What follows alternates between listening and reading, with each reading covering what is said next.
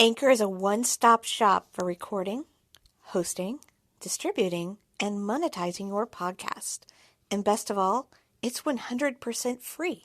And it's 100% ridiculously easy to use.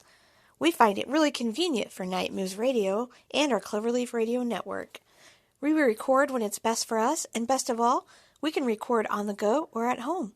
With this easy app, it makes doing our show so much fun and very easy. Anyone wanting to start a podcast? I suggest using Anchor. Perhaps it'd be a great starting point for you.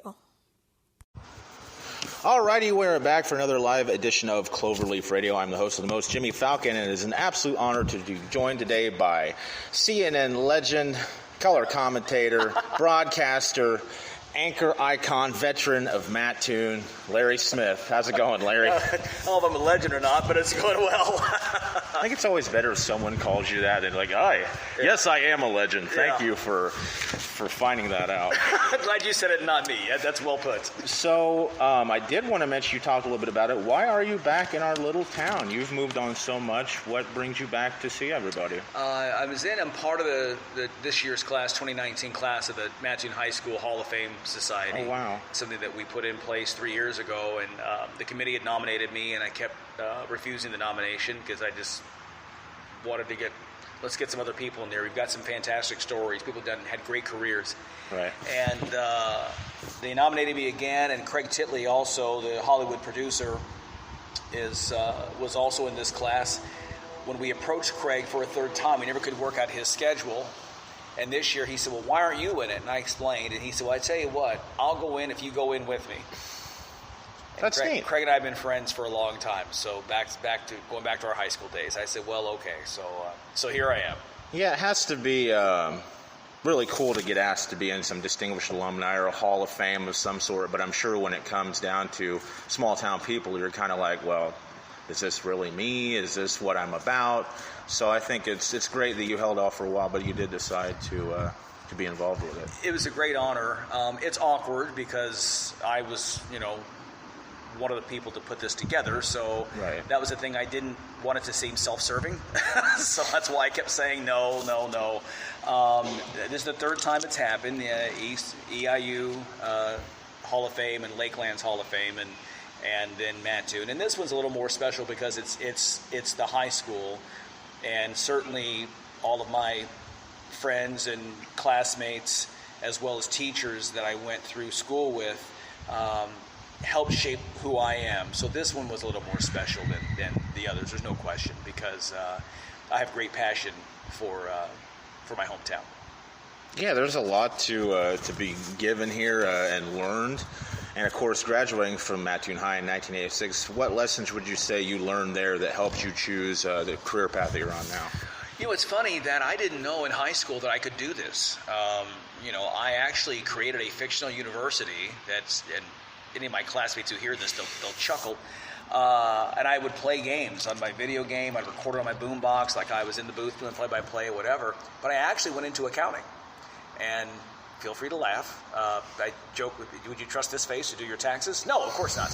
And but that's how I got into that. Realized it probably wasn't for me for a lifelong career. Was taking aptitude tests freshman year in college and realized that there was this other communication thing. And that thing you're doing, you can actually do that as a career and make money. And I switched majors and began to climb from there. But I think the big thing going through Mattoon was to reach for the stars. There were so many things I did in high school that were firsts that no one else had really done, and I was never afraid to at least try, even if I failed, at least give it a shot. And so those lessons and that attitude is what led me to this career. I know you dreamed of being the first black president as well, but I guess there's always a chance for a second. Why didn't you ever decide to go full force with politics? Was it just not something in your heart? Or? I lost that spark once I kind of chased everything else. I have friends who still think I'm building a career. They would joke when I was at CNN. They would say, well, you're building a national platform and a name. And I'm like, no, it's not going to happen. You can affect change and you can affect people just as well without being in elected office than you can in office. You would never say never to anything, but I will tell you 100% that I have no plans at all to ever do that for a number of reasons, and you could pick any one you want, and I'll go, okay. I like the life that I have. I like the way I can reach people with this. Politics now has just become not as attractive as a career for me as what it might have been 30 years ago or 20 years ago. Just the nature of things. Spending some time in Washington recently, I certainly I would adds to that feeling, kind of strengthens that notion. So I get a chance to do some wonderful things with people, and thankfully, years at CNN and Turner Sports has given me a platform that allows me to walk in a door and state my opinion and say, hey, we need help, and people will respond. And so I like to use that in a good way, and I've been able to do that. That's very awesome. And of course, why did you decide to attend EIU and Charleston, and what courses did you decide you wanted to study there? Well, great TV program is the bottom line. I went to Bradley University in accounting and was there for a couple of years. First year in business, second year in communications. Did not feel it was very strong from a practical standpoint. I couldn't find a TV station, and it was always locked, and the laboratory just did not seem very open. Went to Lakeland, took a full year of radio TV classes to get back on track with my new major. Went to Eastern, it was right here close by, and the rest is history. So took speech comm classes and journalism minor. I still keep in touch with my professors, Dave Reed, and Sue Kaufman, and of course Mike Brad, and so many others over there. But it's a fantastic program, and they've done a lot of really great things that's gotten some national recognition in the last probably 5, 10, even 15 years. And I know I'm very proud of that. A lot of my classmates at Eastern were very proud that we were kind of the beginning of that movement to kind of begin to build that into a really solid program, and I think one of the best in the Midwest. And there's no question the lessons I learned there were very helpful in my career. Yeah, 88.9 has a great station. I mean, they play so much variety of genres that it's right up my alley. So, and I think they do a lot with their television as well that helps kids learn what they need to go through to be able to have a career in this. And of course, joining CNN in 1993, how did your journey lead there, and what are some of your proudest accomplishments? Wow. Well, I'll take the first part. I began working at Channel 15, which was then the NBC affiliate in Champaign, while I was still in college at Eastern back in February of 1990. And was there 16 months, then took a job in Knoxville, the NBC station, was there for 9 months, long enough to meet my wife, and met her, and literally 2 months later I moved to West Palm Beach with my first sports job, which is what I wanted to do. Weekend sports anchor at the NBC station there, and we had a former CNN intern at the WPTV in West Palm Beach who was a former college athlete, and she walked up one evening after I did my Sunday night extended 20-minute show and said, "You've got the talent to be on CNN. Here's the number, here are the two guys in charge, and here's the phone number." And I said, yeah, I'll give him a call. I'll call him sometime. I'm not ready. Oh, my goodness, I'm only 24 years old. Well, come on. I called the next morning. Let me get their morning coffee out of the way, and I called. And about 6 weeks later, I drove up 9.5 hours to Atlanta to spend 30 minutes in the office there. Met both of them, and they asked me, they said, if you would, keep in touch. Once a month, call us just to touch base and let us know how you're going. And secondly, if you get an offer anywhere else, don't take it till you talk to us.